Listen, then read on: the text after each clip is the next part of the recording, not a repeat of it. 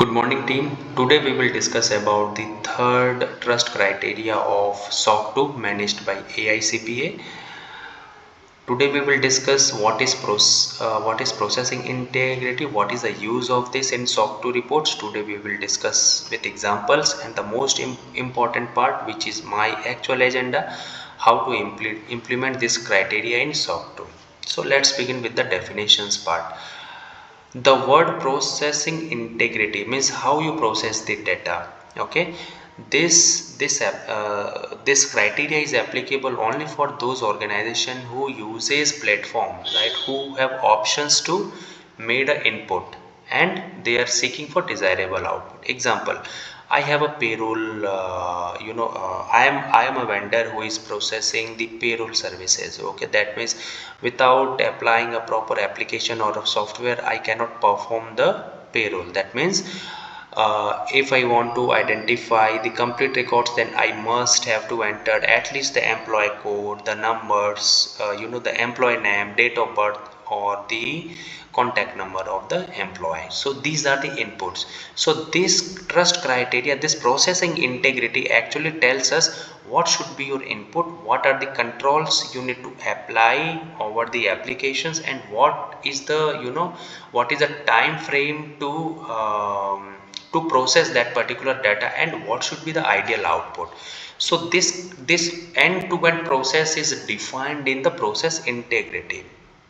So the process integrity means the system processing is complete, yes, valid, accurate, timely, and authorized to meet the organization's objectives. If we talk about the complete means all inputs are processed, no missing data. If example, I am ready to make an input, my name Rajveer, my date of birth, my phone number. That means what are the data required by the application. You must have to fill all the relevant data, right? Valid, legitimate, the length of the inputs and all must be according to the requirement. Accurate means the accuracy of the data should be there to process the right calculations with no corruptions. Timely, the expected time frame to proceed the desirable output. Okay, these are the things you can read it. Next is the control type. What are the control types this processing integrity talks about? Input validations, your controls over input, like the length, right, the limitations of the input should be in a requirement field. Like you should not miss any missing fields, right? You should not make any wrong data types, right? Any kind of duplications you need to avoid. Reconciliation check means matching process data to your machines. Error detection, if any, you need to find out the root cause and act accordingly. Batch processing controls, if you are seeking to process the inputs in a mass numbers, in a bulky things, then batch processing controls, right? Batch processing means what exactly? The n numbers of input at once, like that. Authorization controls, whether who is using that features, he or she should have the proper authorization features. Okay, timestamp. Okay, what is timestamp? In office hours, you have access to that features. After that window, your access should be blocked, like that. Okay. I hope there is no doubt in this. The definitions part and the control parts. If you have any, you can make the your comments. I will take up your comments. Okay. Now the most important part, the implementations part. This is the actual my agenda to produce this video. Okay. So this processing integrity divided into 4 sub criteria. This one, column number A. Okay, P1.1, P1.2, P1.3 and P1.4. Okay, these are the sub criteria. And column number B says the master area, means what would be the master controls. Column number C denotes the focus area where you need to focus, implementations task, evidences, examples, and the column number F onwards are your current controls in your organization or existing controls in your organizations. Okay. So this left side means column number A to E are the target controls set by the SOC 2, means these should be the ideal controls, and column number F onwards are the existing controls in your organization. So I had differentiate this Excel sheet in the two parts to analyze the gap assessment. Okay.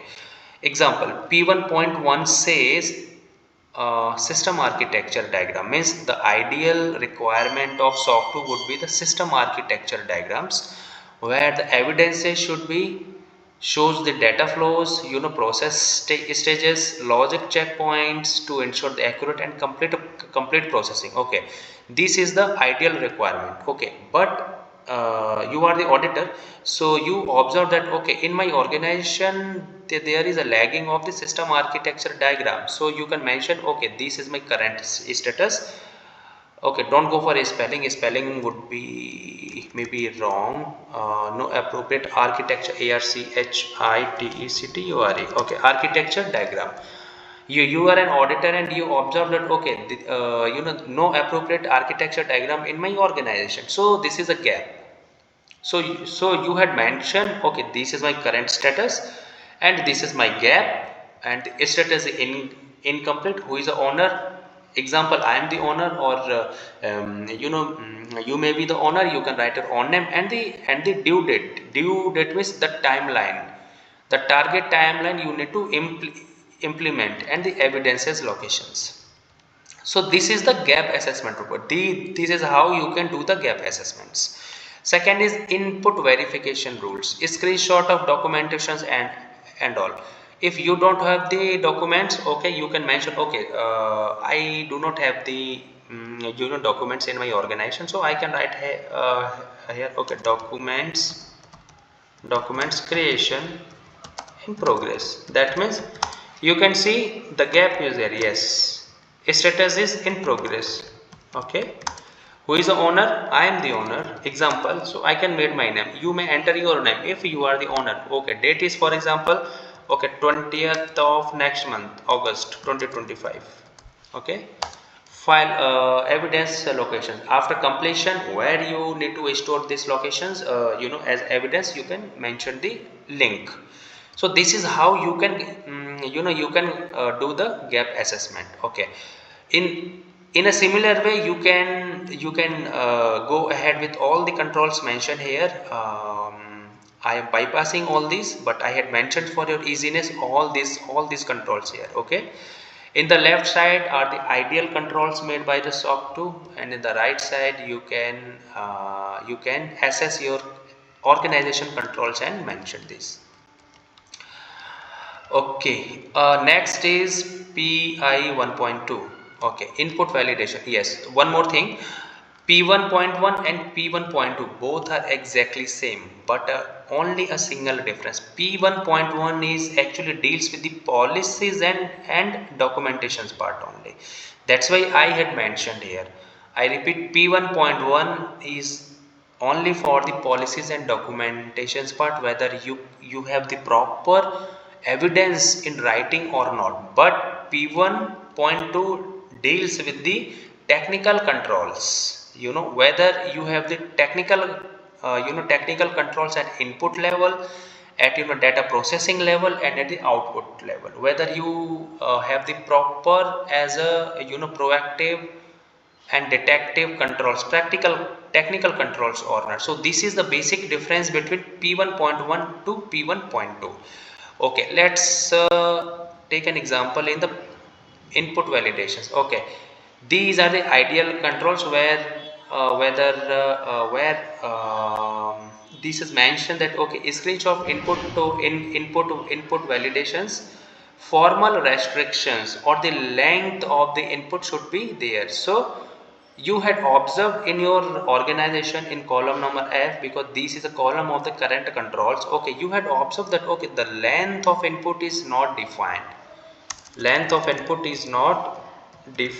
Okay, so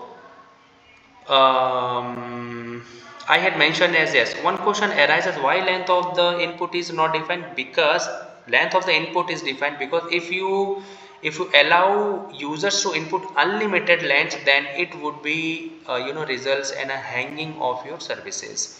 So to bring the the quality of your services, right, the um, you need to you need to define your length of the inputs.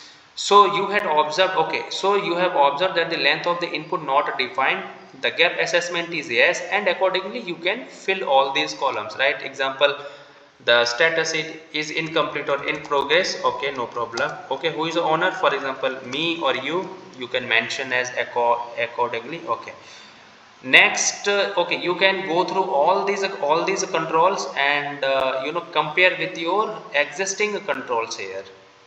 Okay, I had made the blank for you. uh, you can go ahead. Okay, P1.3 denotes with the system processing, right? You had entered the inputs. Okay, now P1.3 are the controls where how much time your data is processing, that all controls comes under the P1.3. okay, so this criteria emphasize the core system processing itself, not just input validation or but the actual handling of data once it's entered in your applications. So P1.3 denotes this one, where these are the controls. Example, the processing of accuracy reports. These are the practical examples, evidence examples you need to seek, and these, and here you need to assess your organization, whether your organization having or not, and accordingly you can mention as yes or no here. I am leaving on you to assess your own organization's controls. Okay, next is P1.4. P1.4 is denotes about the output level, whether your output is complete, your output is accurate, your output is distributed to authorized parties or not, So output accuracy. Okay, after giving the inputs and the data processing, whether your output accuracy is as per the desirable or not. So uh, ensure systems output reports data exportation notification is accurate and reflects complete, okay, reflects correct processing logics. So these are the SOC 2, these are the SOC 2 recommendations part. In the right side, if you are if you observe that okay, my organization is not as per this SOC 2 recommendations, you can mention your current controls. Example, I am mentioning here, okay, my report is unusual. Okay, or any any issues in your reportings or any data exportation part, you can mention here, and you can identify that okay, these are the gaps. As you can see, this column is belongs to the gap 1, column number G. So you can mention okay, these are the gaps 1. So I had mentioned okay, gap is there, yes, and accordingly I am the owner, okay, or you are the owner, you can match. So accordingly you can process, you can compare your current existing controls as per the SOC standard controls, and you can have a gap identification reports and the target and the target timeline to implement that particular controls. So this is all about the processing integrities part. I hope guys this video makes you some helping in implementing the SOC 2, or at least having a kind of doubt clearing sessions. I will attach this Excel in the description part to make you easy. You can download this or you can implement in your organization as a helping because I had seated very properly and made all these one by one controls with the help of Google's and with the help of AI CPA book, which is ruling of the SOC 2 report. So these all controls as per the white controls as per the AICPA book, which is the legal and authorized book in US. Um, so Okay, if you have any queries in SOC 2, in cyber security, in information security, in third parties risk management, or in any domain, in ISO or in any regulatory frameworks, you can connect with me or you can let me know by making your comments. I will definitely pick up you, and we can have a discussion also to helping you. Apart from this, if you want any kind of preparing interview, or if you are seeking any kind of tricks for interview clearance, welcome to connect. Please make your comments. So thank you so much. Have a nice day.